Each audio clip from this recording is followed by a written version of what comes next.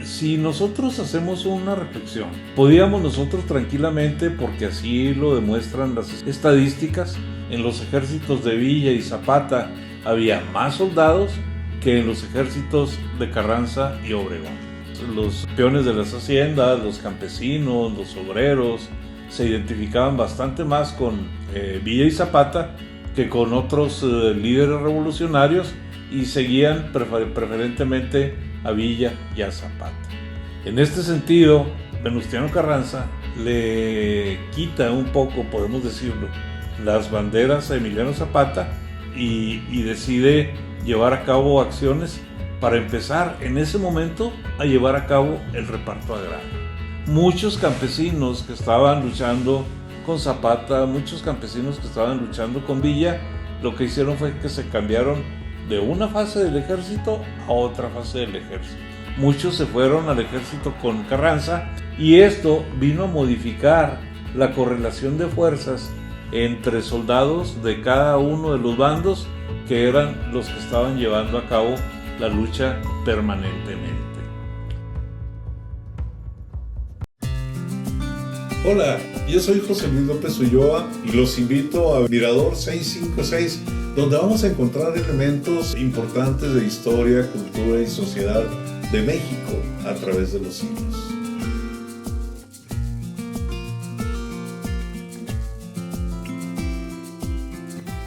¿Qué tal, amigos, amigas? Qué gusto saludarlos en esta ocasión, en este nuevo producto de nuestro podcast Mirador 656, en el que, como ustedes bien saben, estamos tratando cuestiones relativas a historia, cultura y sociedad mexicana.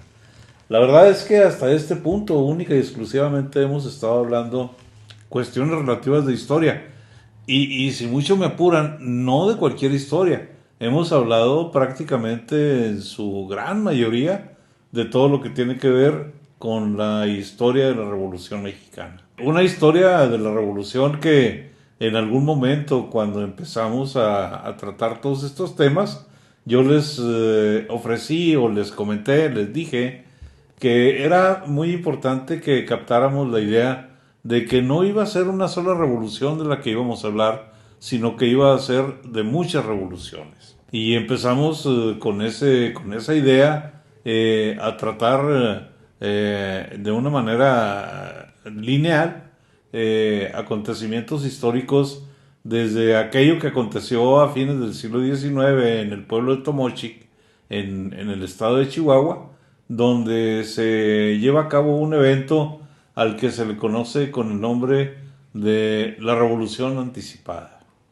Y así cada revolución va teniendo una denominación, un nombre, y curiosamente, cuando nosotros le damos nombre a las cosas, en ese momento les estamos reconociendo la existencia. De tal suerte que ahorita ya pasamos la revolución adelantada, pasamos la revolución maderista, pasamos la revolución orozquista, se mencionó el inicio del conflicto entre Emiliano Zapata y el presidente Madero, y cómo al asesinato de Madero, obviamente muchos de sus antiguos enemigos también se unen a la lucha para reivindicar su memoria, y unos de esos dos personajes que se unen, un personaje que se une era Emiliano Zapata, y sin embargo, a raíz de la muerte del prócer, a la muerte de Madero, el mismo Emiliano Zapata se levanta en armas y empieza a combatir a Victoriano Huerta, y se une al Plan de Guadalupe. Este Plan de Guadalupe se conforma en un proyecto constitucionalista, y una de las cosas que están buscando todos los que están firmados en el Plan de Guadalupe es precisamente darle la solidez al movimiento y dejar de luchar hasta que salga Victoriano Huerta del poder. Y esto es lo que se lleva a cabo en la siguiente fase, que es la que se conoce con el nombre de Revolución Constitucionalista. Finalmente, cuando se lleva a cabo en el mes de junio la batalla de Zacatecas, la toma de Zacatecas, es ahí donde las fuerzas de Francisco Villa derrotan estrepitosamente a Victoriano Huerta, y es a partir de ese momento cuando ya el constitucionalismo emerge como triunfador, y a partir de ahí se supone que por fin va a empezar a haber paz en territorio nacional. Sin embargo, nada es más incierto que la paz en tiempos de guerra. Y nada es más incierto que la paz en tiempos de guerra, precisamente porque todo mundo, supongo que la adrenalina de la guerra debe ser terrible. Supongo que la lucha por los intereses y por las ventajas que pueden venir con la guerra deben de ser también sumamente agobiantes, deben de ser muy difícil navegar con ellas, y obviamente la gente tenía una serie de dificultades para poder confrontar todo este tipo de problemas. De tal suerte que a fin de cuentas no empiezan a empatar, no empiezan a tener empatía los segmentos quizá un poquito más conservadores de la Gran Revolución, en este caso Venustiano Carranza, en este caso Álvaro Obregón, y por otro lado están segmentos sociales más apegados a valores revolucionarios, como es el caso de los villistas, como es el caso de los zapatistas, que son los que están más vinculados directamente con la sociedad menos favorecida económicamente hablando. De tal suerte que se van formando los dos grupos y acaban teniendo un gran conflicto, y acaban teniendo un conflicto político, y obviamente de lo político pasan al conflicto militar, y en el conflicto militar empieza otra vez esa riada de confrontaciones que va poniendo a la gente unos contra otros. En ese sentido, hay un elemento que a mí me parece que es sumamente importante y que yo quiero tratarlo de una manera muy sutil, de una manera muy simple, de una manera muy sencilla, que no se le dé más importancia de la que tiene, pero que tampoco se le reconozca menos importancia de la que verdaderamente tiene o de la que verdaderamente tuvo. Y en este sentido es precisamente como el reconocimiento que la gente le brinda a la lucha por la tierra, eso es parte de los elementos que le van dando sentido a la revolución en el año de 1915-1916. Si nosotros hacemos una reflexión, amigos, amigas, acerca de las fuerzas que conformaban los ejércitos revolucionarios en esa época, podíamos nosotros tranquilamente, porque así lo demuestran las estadísticas, había una gran mayoría de combatientes en el ejército popular. En los ejércitos de Villa y Zapata había más soldados que en los ejércitos de Carranza y Obregón. ¿Y qué es lo que sucedía? Bueno, que el tipo de gente se identificaba más, los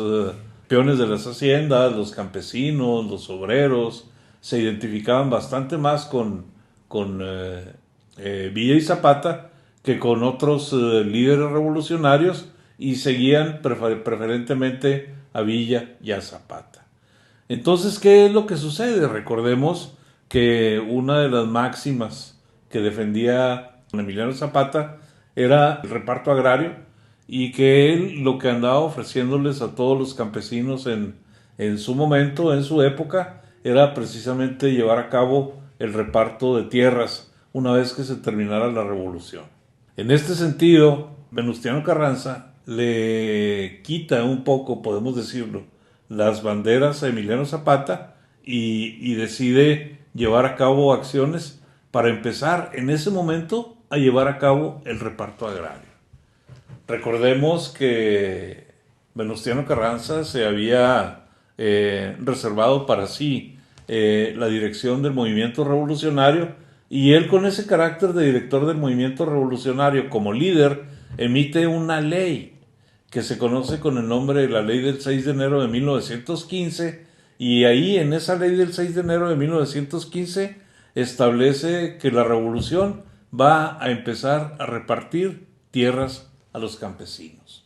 Muchos campesinos que estaban luchando con Zapata, muchos campesinos que estaban luchando con Villa, lo que hicieron fue que se cambiaron de una fase del ejército a otra fase del ejército. De estar en el ejército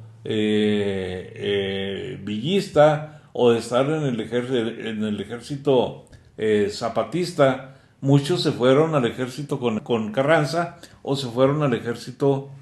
Álvaro Obregón. Y esto vino a modificar la correlación de fuerzas entre soldados de cada uno de los bandos, que eran los que estaban llevando a cabo la lucha permanentemente. Y eso, poco a poco, le fue dando una serie de ventajas militares a todos los ejércitos que estaban apoyando a Venustiano Carranza, porque se veía que este era un ejército que tenía una posibilidad más en lo que era la cuestión administrativa y política, y que además también tenía la posibilidad de acceder a otro tipo de recursos que los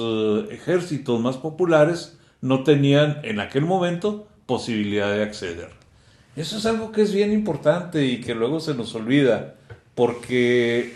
no pensamos qué es lo que está detrás de aquella serie de problemas, detrás de aquella serie de conflictos que se van presentando a lo largo del tiempo. Y hay algo que yo no quisiera dejar de mencionar, y que es precisamente, por un lado, la participación de los campesinos con la ley del 6 de enero de 1915, pero por otro lado también un esfuerzo verdaderamente genial, un esfuerzo verdaderamente impresionante por parte de Álvaro Obregón, que logra hacer un convenio con los trabajadores de la Casa del Obrero Mundial, que no estaban en ninguno de los bandos revolucionarios, y que con eso la Casa del Obrero Mundial,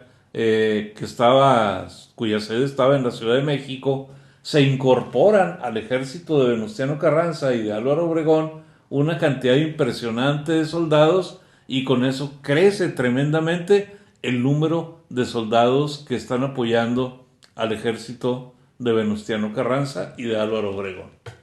Aquí yo quisiera mencionar una cosa, y creo que vale la pena que aquellos que hacen una historia profesional, aquellos que hacen historia con mayúsculas, le fueran dando un poquito más de sentido a este asunto. Siempre se ha dicho a través del tiempo que la revolución mexicana es una revolución social, en la que hubo una participación masiva de campesinos y de obreros, y sin embargo, bueno, cuando pensamos nosotros en la ley del 6 de enero, o cuando pensamos del convenio que se hizo con los trabajadores de la Casa del Obrero Mundial, podemos darles la siguiente lectura. Efectivamente, sí hubo un interés muy marcado por parte del campesinado mexicano de incorporarse a la lucha, de entrar en la revolución, pero no así hubo ese mismo interés de parte de los obreros. Los obreros participaron a raíz de un acuerdo que firman con Venustiano Carranza en la ciudad de Orizaba en febrero de 1915, y dejan de tener esa participación en la guerra en octubre de 1915. O sea, quiere decir que oficialmente, de acuerdo a los registros de esos convenios, de esos tratados que se firmaron entre obreros, campesinos y revolucionarios, quiere decir que en verdad el trabajo y el aporte y el sacrificio de muchos de los obreros que tomaron parte dentro de la Revolución Mexicana fueron en verdad muy pocos. Y habría que pensar cuál es la verdadera razón, la auténtica razón por la cual ambos bandos tomaron la decisión de participar y por qué participaron en el bando en el que lo hicieron. Es evidente que el reparto agrario llevado a cabo por Carranza hizo que los campesinos tomaran las banderas de Carranza. ¿Por qué? Porque los campesinos que hasta ese momento habían agarrado las banderas de Emiliano Zapata dejaron de ser zapatistas para convertirse en carrancistas. Y era muy sencillo. Si Zapata estaba prometiendo tierras, Carranza las estaba entregando. Y lo más importante para ellos no era que les prometieran la tierra, sino que les entregaran la tierra. Por su parte, los obreros tenían, y más que de parte de Carranza, de parte de Obregón, un apoyo,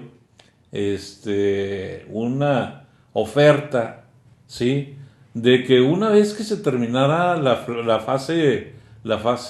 armada de la Revolución Mexicana, una vez que se convocara a la celebración de un Congreso Constituyente, los obreros iban a tener posibilidades de incorporar diputados que los representaran dentro del Congreso Constituyente. Entonces ya no era lo mismo el estar esperando los vaivenes, los rumbos que tomaba la guerra, sino que ellos ya estaban interesados en propiciar el rumbo que iba a tomar la guerra con sus acciones militares, sus acciones políticas, con su sacrificio y su presencia al lado de los grandes líderes del movimiento armado. Esa es la razón por la cual finalmente acaba de definirse una lucha fraternal donde los ejércitos de Carranza y de Obregón, sin serlo, acaban contando entre sus